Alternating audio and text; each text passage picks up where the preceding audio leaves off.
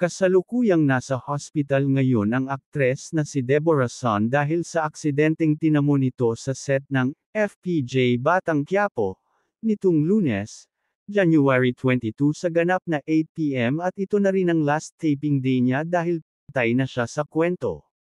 Hindi naman nagpabaya ang mga staff ng teleseryeng idinidirek at pinagbibidahan ni Coco Martin na siya ring producer na kaagad isinugod sa pagamutan ang aktres na gumanap bilang si Yoli na love interest ni Ronnie Lazaro bilang si Lucio na kaibigan ni Senator Lito Lapid as primo.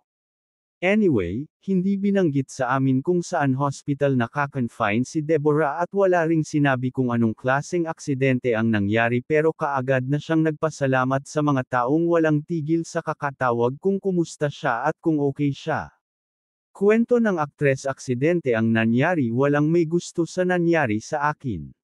Mabuti at natapos ko iyon magagandang eksena, Batang Quiapo, bago ako na aksidente. Base sa napanood naming episode nitong Martes kung saan ipinakitang pinatay na ang karakter ni Yoli ay hirap na hirap siyang maglakad habang nagkakaputukan at nagtatakbuhan ng grupo nila at ng mga kalaban na tila wala na sa script ang ikan-ikilos ni Deborah. Samantala, nagpapasalamat si Deborah sa mga taong nagpapadala ng tulong sa kanya. Aniya, paabot mo ang pasasalamat ko kay Senador Lito Lapid sa tulong na pinadala niya sa akin. Kay Aramina, Lorna Tolentino, and Tito Philip Salvador na sobrang silang nag-aalala sa akin. Maya't maya text ng text at tawag ng tawag kinakamusta ang kalagayan ko.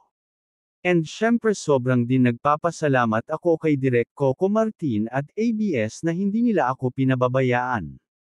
Sagot nila lahat ang gastos dito sa hospital. Tawag nga din ng tawag iyon field cashier ni Direk Coco at kinakamusta at kung ano daw kailangan text or tawag agad sa kanila. Salamat talaga sa kanila.